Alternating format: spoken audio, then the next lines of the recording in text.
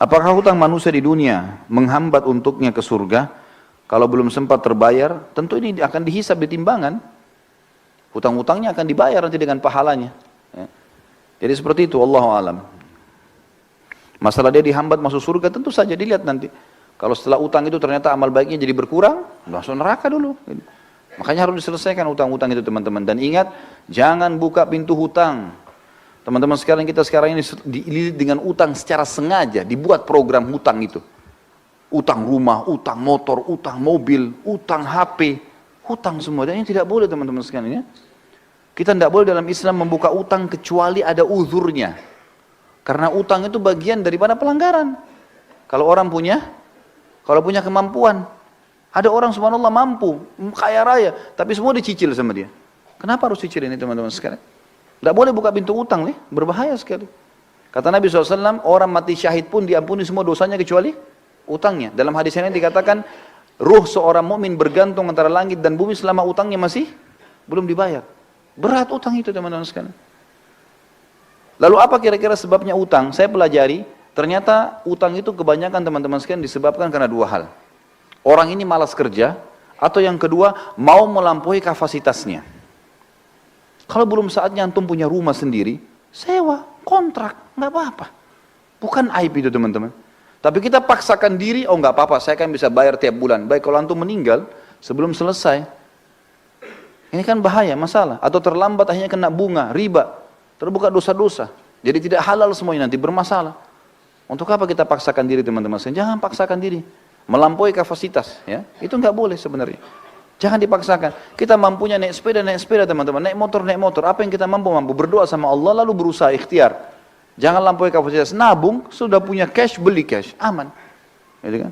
Ini sama sekalian saya ingatkan teman-teman yang sibuk dengan kartu kredit, berhentikan teman-teman sekalian, berhentikan.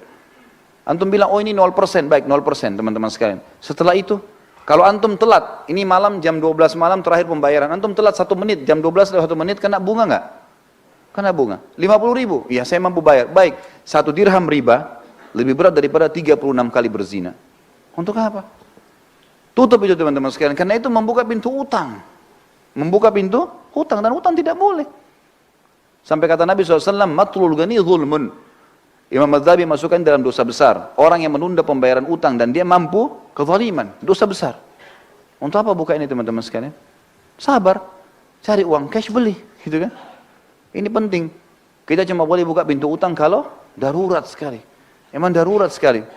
Ulama berikan contoh-contoh. Seperti misalnya tidak bisa makan kecuali harus utang. Gitu kan? Atau misalnya dia mau berbuat satu ibadah amal soleh, dia tahu dia bisa bayar lalu dia utang. Seperti orang mau akikah anaknya, atau orang mau idul adha, mau kurban. Dia tahu akhir bulan dia akan terima gaji. Sekarang tanggal 12 atau tanggal 13 lebaran idul adha. Baik saya pinjam dulu uang teman saya tahu bisa bayar. Itu nggak ada masalah. Tapi kalau orang tidak jelas, sampai kata Nabi SAW, siapa yang sengaja utang. Ini bab-bab utang semua. Siapa yang sengaja utang dan dia niat tidak mau membayar dari awal, Allah persulit dia membayarnya. Dan siapa yang utang dari awal, dia niat mau membayarnya, Allah mudahkan dia membayarnya. Ya. Termasuk teman-teman, akhwat kita di bawah. Saya sarankan, berhenti arisan. Loh ya betul. Arisan itu membuka pintu hutang. Ya. Sekarang begini rasionalnya. Kita 20 orang teman-teman ngumpul, ayo kita buat arisan yuk. 1 orang 5 juta misalnya, atau 1 orang 1 juta. 20 orang dapat 20 juta kan? Baik. Nama saya keluar pertama, bulan pertama, saya dapat 20 juta. Ini banyak orang gembira, oh 20 juta, dihabisin beli ini, beli itu. Apalagi akhwat kita, Masya Allah daftarnya sudah lengkap.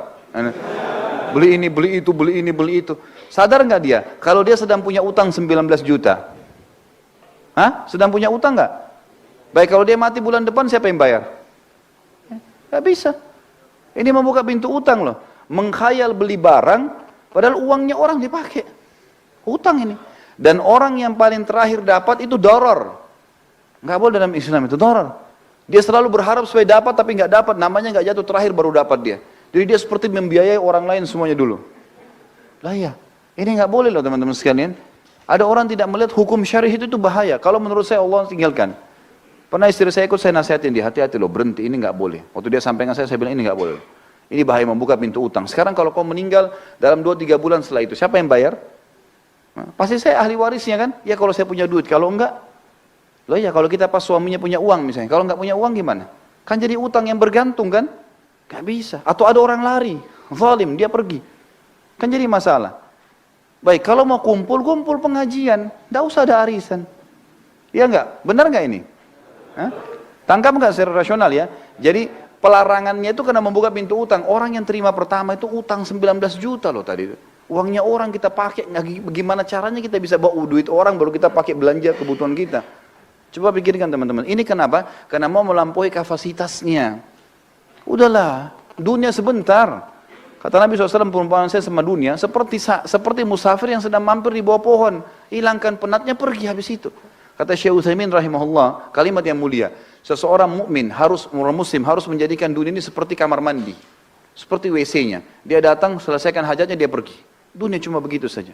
Maksudnya, tidak usah terlalu berlebihan.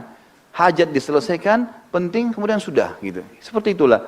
Ya jangan melampaui kapasitas kita. Ini Allah ini saran saya ya, saran saya. Tapi kalau teman-teman ada di antara asatidzah, di antara duat yang memang memberikan solusi lain, alhamdulillah. Tapi saya pribadi, saya selalu mencari zona aman.